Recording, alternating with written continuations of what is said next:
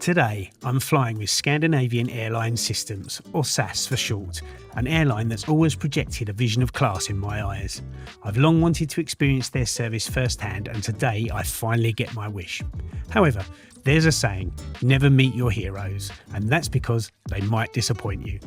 Will this be the case with SAS? Let's find out as I fly from Stockholm to London in their premium cabin.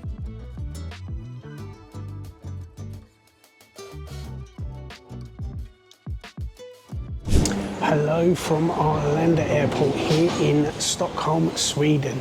Today I'm flying SAS, Scandinavian Air System, back to London, and I'm going to be flying on the SAS Plus ticket, which is essentially their Euro business class. So let's go and check it out and see what it's like.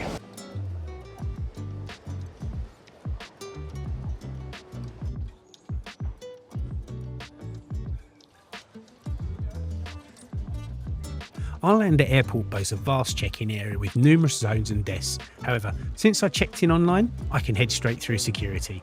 Stick around though, as we're exploring the SAS lounge next. With SAS Plus comes lounge access, as it's technically their business class product, although Euro business. So let's go and find the lounge, see what it's like. I think it's that way. For those of you still paying attention, you may have noticed that I've twice referred to the SAS Plus ticket as their Euro business class ticket. I've done this because it's their highest travel class for flights within Europe and Scandinavia. Although it offers many of the same features as other carriers' business products, I use the term Euro-biz very loosely, and you'll understand why later in the video. Terminal 5 at Arlanda does seem quite cramped in some areas, and it's the ongoing building work that's contributing to it. I found the airport quite hectic, especially near the gates, so it will be good to travel through once all the renovation work has been completed.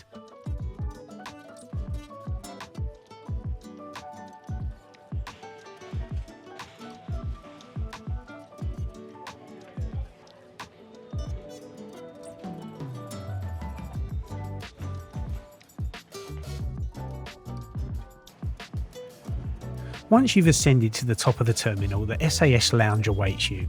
Entry is seamless thanks to the automated gate system. However, I found the lounge to be rather small and cramped, somewhat resembling a third-party lounge. I suspect the ongoing terminal renovations contribute to the congestions here too. The food looked fresh with a decent selection, though the ice cream machine and wine on tap were definite highlights for me.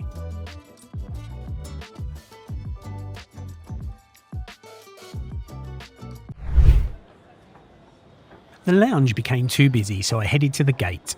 The Schengen gate area was crowded with people arriving and departing without segregation. This wasn't an issue for me, as I had to navigate passport control to reach the non-Schengen gates, where it would be more relaxed.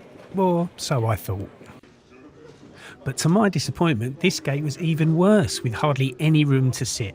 Most people were standing around eager to board and escape the uncomfortable gate area, even though the aircraft hadn't even arrived yet. I decided to go upstairs where there were some seats and a good view of the runway. Eventually my aircraft arrived, the 6-year-old Airbus A320neo, and it couldn't have come soon enough. So back downstairs I went to join the scrum of people waiting to board. By now more people had arrived and the gates were becoming quite warm and uncomfortable. The SAS Plus ticket includes priority boarding, but this is secondary to Star Alliance tier members who are given Group 1 status, and many of them opted to use it.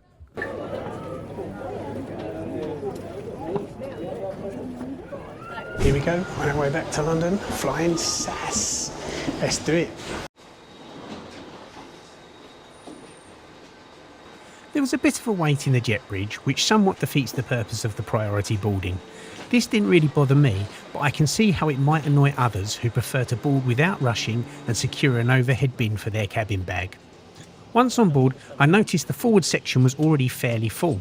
Naturally, my window seat was in a row that was fully occupied, and with no blocked out middle seat, and an economy style seat scramble commenced.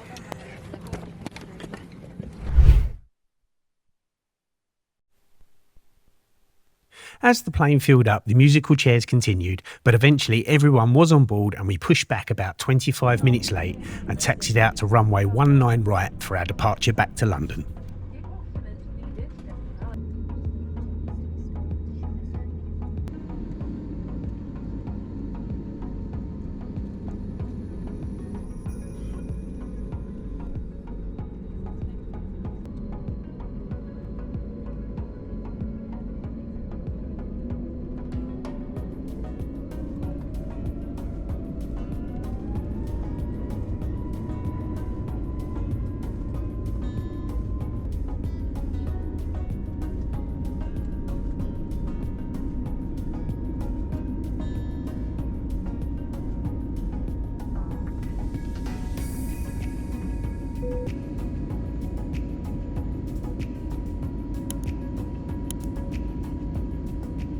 Once I'd settled into the flight, it began to dawn on me that I might need to take off my rose-tinted SAS glasses and accept that other people and online reviews might be correct. SAS Plus is closer to a premium economy cabin than that of a business class one, and it is far from my earlier mentioned perceptions. This point was hammered home when the meal arrived in a cardboard box, wrapped in plastic with wooden cutlery. While SAS claim this is part of their effort to become more environmentally friendly, it seems to me it's just a way of cutting costs. Before I mask my disappointment with the Chardonnay, let me give you a quick seat tour. There is no in-flight entertainment, but that's expected. The seat is fairly comfortable and comparable to many of the Neo aircraft in service. There is a USB port, a good-sized tray table, my favourite feature, a seat back pocket, and the legroom is acceptable. The overhead lights are bright and there are individual air vents. The in-flight menu offers a fair amount to choose from for those wishing to make a purchase. There was Wi-Fi on this flight and unfortunately my tier level meant I had to buy it. So I decided to give it a try for €4.90. Connecting was easy and the speeds were pretty good. I even managed to check out my favourite YouTube channel.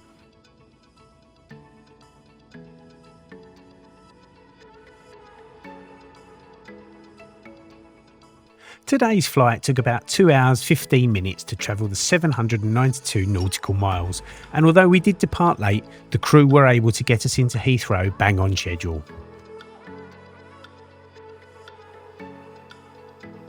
The in-flight service was completed with a nice couple of chocolates from the very efficient cabin crew who were friendly and worked tirelessly the whole flight.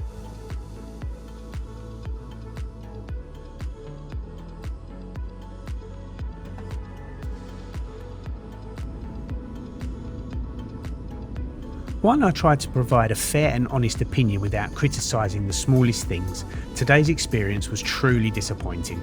I had high hopes for SAS, and although my expectations were perhaps unfounded, I still expected them to be better than they were. The price of this flight was in the same bracket as many European airlines' business class products, and because of that, I wasn't prepared to accept that they would only offer a premium economy product. And if you took away the lounge access and food, even calling it premium economy would be generous. The crew were magnificent, but sadly that's where the positives end. I would even go as far as to say I've had comparable flights on budget airlines. Now, it is known that SAS have been trying to recover after the last few years of global turmoil, and they filed for bankruptcy restructuring earlier in the year. So the reduced short-haul product is likely a result of that. Despite this, I do want to try their long-haul product at some point, and I really hope they can become the airline I thought they were.